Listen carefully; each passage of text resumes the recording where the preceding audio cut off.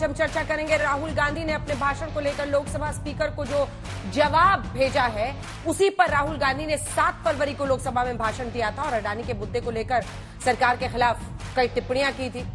राहुल के भाषण का हिस्सा संसद की कार्यवाही से हटा दिया गया था। साथ ही राहुल गांधी को नोटिस भी दिया गया था।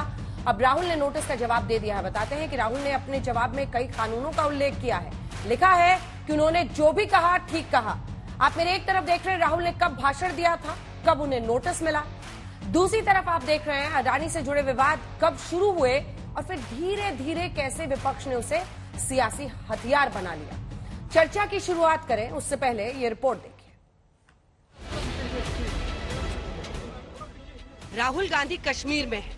गुलमर्ग में बर्फ की मोटी चादर पर स्कीइंग कर रहे हैं, कुदरत की खूबसूरती का लुत्फ उठा रहे हैं। लेकिन कश्मीर की वादियों में सुकून की ठंडी चादर ओढ़ने से पहले वो दिल्ली की सियासी गर्मी में एक और बयार बहाए। संसद में उनके भाषण पर लोकसभा सचिवालय ने जो नोटिस दिया था, उसका उन्होंने जवाब दे दिया है। After I gave this speech, most of my speech was edited out and was not allowed to go on the record of Parliament. Apparently, saying the name Adani and Ambani together is to insult the Prime Minister of India. I was asked to show proof with regards to what I said, and I have written a letter to the Speaker with every single point that they have removed and the supporting proof. But I don't expect that my words will be allowed to go on the record. खबरों की माने तो जवाब में राहुल ने अपने बयान को सही ठहराया। इसके लिए कांग्रेस के नेता ने अलग अलग कानूनों का हवाला दिया है। राहुल ने 7 फरवरी को राष्ट्रपति के अभिभाषण पर धन्यवाद प्रस्ताव पर चर्चा के दौरान अडानी मामले को लेकर कई टिप्पणियां की थी। बाद में उनके भाषण के हिस्से को संसद की कार्यवाही से हटा दिया गया था।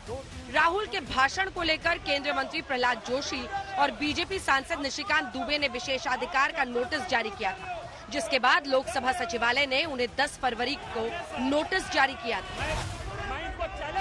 उनके पास एक भी पेपर नहीं, क्योंकि झूठ का पुलिंदा था, उठपटांग बातें की, बकवास बातें की, घटिया मानसिकता से उन्होंने उन शब्दों का उपयोग किया। उन्होंने देश दुनिया में जो है माननीय प्रधानमंत्री जी की इमेज के ऊपर जो है आघात किया है, और उसका जो प्रतिफल होगा कि उनके पास जब जवाब नहीं है तो उसमें उनकी सदस्यता जाने की पूरी संभावना। प्रधानमंत्री को मौका मिला था राहुल जी को जवाब देने का, जवाब क्यों नहीं दिया? आपने अडानी का भी नहीं लिया, और आप एक संसद सदस्य को प्रिविलेज मोशन की नोटिस भेजते हो। ये तो तानाशाही का बहुत बड़ा प्रोग्राम बन गया है इस देश में। भाषण का हिस्सा हटाए जाने के बाद और भाषण को लेकर नोटिस मिलने के बाद राहुल गांधी ने यह सवाल भी खड़ा किया कि प्रधानमंत्री के भाषण का हिस्सा क्यों नहीं हटाया गया। The Prime Minister directly insults me. He says, why is your name Gandhi and not Nehru? So the Prime Minister of the country directly insults me, but his words are not taken off the record. But it does not matter because the truth always comes out. दरअसल संसद में भाषण के दौरान प्रधानमंत्री मोदी ने कांग्रेस पर जोरदार निशाना साधा था और बिना नाम लिए गांधी परिवार पर हमला किया था। समझ नहीं आता है कि उनकी पीढ़ी का कोई व्यक्ति नेहरू सरनेम रखने से डरता क्यों है?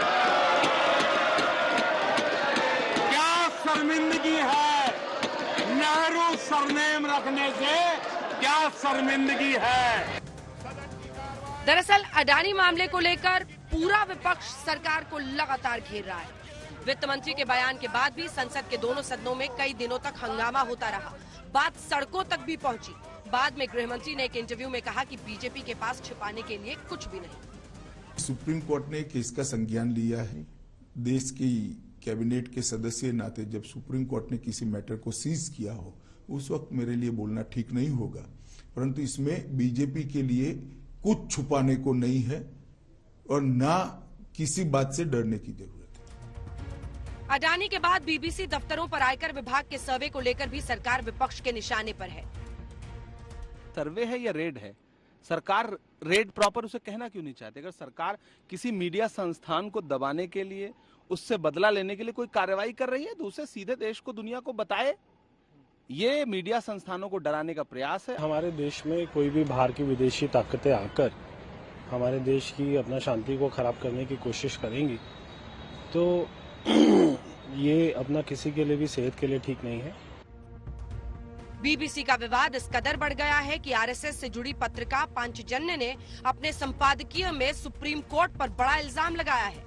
बीबीसी डॉक्यूमेंट्री के मामले में सुप्रीम कोर्ट से सरकार को नोटिस भेजे जाने का मुद्दा उठाते हुए पांचजन्य ने लिखा कि सुप्रीम कोर्ट को भारत विरोधी तत्व अपने हथियार की तरह इस्तेमाल कर रहे हैं।